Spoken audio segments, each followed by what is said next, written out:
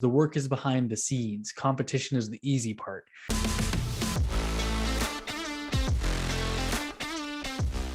Welcome to the Entrepreneur Motivation Podcast. I'm your host, Chris Bello, and today we're going to be talking about the process.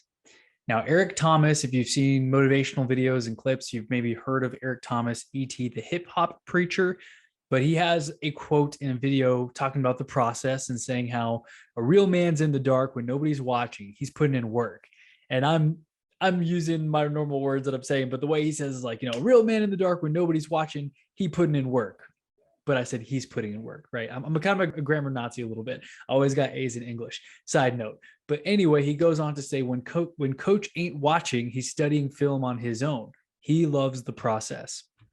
And when we talk about the process, it's not always about the final result. It is about the grind, the process, the work, when nobody sees you, when nobody knows what you're doing, when you don't have the camera on, when you're not updating your social media stories. Those things that you work on and that you focus on are the things that really matter and separate you from the competition. And oftentimes it's so easy to just see the outcomes, to see that final result.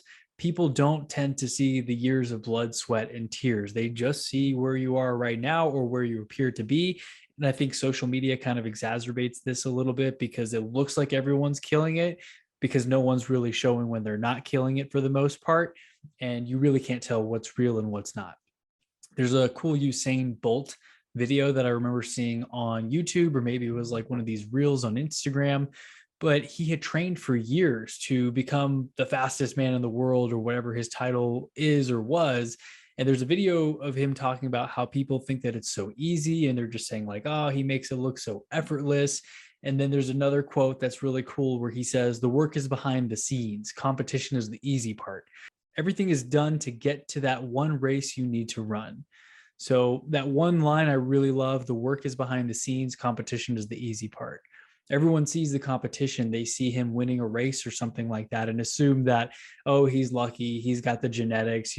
All the armchair quarterback type people have all kinds of excuses as to why they can't do that and why he's naturally gifted, but they don't see all the work that went behind it in order for him to be able to, win all these different titles and things like that. And so we've got to fall in love with the process, which I know is easier said than done.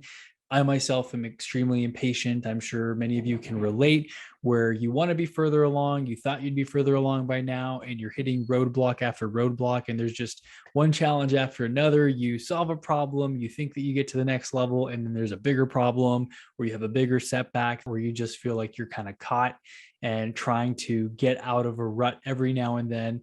But that is the game. That is the process. And so the process is really the actual work. And if we can figure out how to fall in love with the process, how to fall in love with the grind, that again will separate us from the competition who only wants the result and they only want that desired outcome without necessarily doing the work it takes to get there. So how do we learn to embrace the wins and the losses, the ups and the downs? To be completely honest, I am still working on this because no one likes to lose. We all love to win. It sucks failing, especially in public or when we tell people we're going to do something and we try it and it doesn't work out. That's never a fun feeling, but you have to go through the failures, the lessons, the losses in order to get to the other side. Fortune favors the bold type thing. If you've ever heard that quote, you're not going to see people who are playing it safe and sitting on the sidelines crushing it in life. They may be saving consistently and putting away money every paycheck in their 401k, but they're not going to have any amazing home runs in many cases because they're not putting things on the line. They're not getting too deep into the process. They're, again, sitting on the sidelines playing it safe. And if you look at the overnight success who appears to pop out of nowhere, even the overnight success did not just pop out of nowhere. They have been at it. They have been working in the process or on the process day in, day out for a consistent period of time. And so for everyone that you feel like came out of nowhere, I encourage you to look up their past because they were likely working at their craft long before you and I heard about them. One example that I've used before is if you look at Gary Vaynerchuk's YouTube channel. Everyone knows who Gary Vee is in the entrepreneur space, more or less. And if you don't watch his videos or like what he has to say, you at least know who he is. And you've come across some piece of content or someone has shared his content within your network on their feeds. And if you look at his oldest videos, if you sort oldest to newest, you'll notice that some of those older videos are absolutely terrible. He's not the person he is now in terms of confidence and speaking abilities and all those types of things. But people tend to think of him and see him now. They don't look at what he used to be and the types of things that he used to create in an attempt to put out 1,000+ pieces of content and become who he is today, for example. So people don't see all of the actual work. They just see the end result and where he's at now. One funny example of this, we were kind of browsing through TV trying to find a movie to watch the other day, and we saw Jason Momoa in Conan the Barbarian. The trailer didn't look very good and we ended up not watching it. But the point here is that I didn't even realize that he was in any movies that early. Like, he didn't even stand out to me. I've seen a couple, Game of Thrones obviously was where I first came across Jason Momoa. And then I think I saw that show on Netflix, Frontier, I believe is called, with him in it.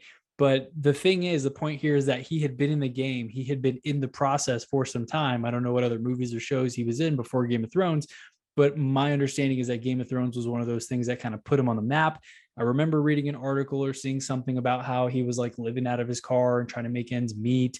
And then Game of Thrones changed the game and turned it all around for him, where he became financially more successful and wealthy, and it kind of projected him into other roles that continued to grow his brand and, Aquaman and all those things. And so we'll occasionally watch an older movie and I'll notice this, where I see an actor that I know now or an actress that I know now who I did not know back then, where they weren't that big of a deal back then. They played a smaller role in a movie and they were there doing their work. They were in the process, and only now, years later, they kind of blow up and we know who exactly they are.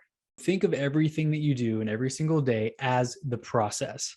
For me, and maybe for you, I've mentioned Alex Hormozy a few times, I think, on the podcast. I've definitely shared a lot of his stuff on my stories on social media.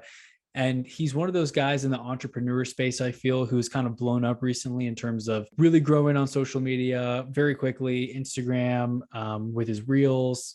He posts a lot of reels, YouTube, his course, the book that he just came out with, $100 million offers. And a lot of my entrepreneur friends look up to him, respect him. They listen to his podcasts and they're really listening to all of the stuff that he has to say. But where I'm going with this is that I started to binge his podcast from oldest episodes to newest episodes when he was still doing Gym Launch, before he started the acquisition.com thing. And he had been at it for years and years and years, but only now that people like myself and maybe you listening have discovered him, we're going back and listening to his stuff oldest to newest, just to catch up on all the gems that he's been dropping along the way. And this is my plan here with the content that I'm making for you with my podcast and YouTube videos. I am hoping that I will create this library of content to add value to all of you in the audience. And then let's say, as I continue to get further down my path and maybe become a little more well-known, speak on stages, maybe get on some big podcast with millions of downloads a month type thing, that's how I think that it happens, right? You become discovered on a big show, or you kind of have your breakthrough moment, like when an entrepreneur got a chance to go on to Oprah, for example.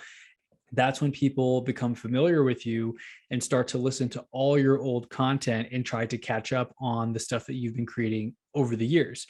When I reach a certain point and I quote unquote arrive, which I don't think you ever really do, but to others, it may appear that I've arrived in comparison to where they are with their journey, for example. Whenever people listen back to the podcast, they're going to be able to see what my thoughts were, where I was, what stage of my journey I was in, that kind of thing, right? So where are you in your process? Are you in the grind? You may be in a valley, or maybe you're at a peak, or maybe you're about to level up to a new level where the thing that you're at, where you thought it was a peak, is actually a valley for an even higher mountain. Think about that. And everything at the end of the day is relative. My key takeaway here for you in this episode is just to enjoy the process, learn to love it. Again, easier said than done, especially in today's instant outcome society where we want instant results. It's very frustrating waiting for too long. Trust me, I get tied up in that many times as well, but it's important to not wrap up our identity in our outcomes or results alone. We have to focus on the inputs, because at the end of the day, focusing on the correct inputs will yield the desired outputs or results. The inputs are really all that matter, all that we can actually control, and they will lead to those desired outputs. So I hope you found this message valuable. Just remember that The process is what shapes us and forms us, as Eric Thomas talks about in his videos about the process. And we have to learn to love the process. The real man is in the dark when nobody's watching, doing the work, right? When coach isn't watching, he's studying film on his own. He loves the process. And that's what you and I have to do as well if we want to get to wherever it is that we want to go. So I'll catch you on the next episode. Thanks again for your time. And if you have any questions or comments, be sure to drop them on the YouTube channel in the comment section below. See you on the next one.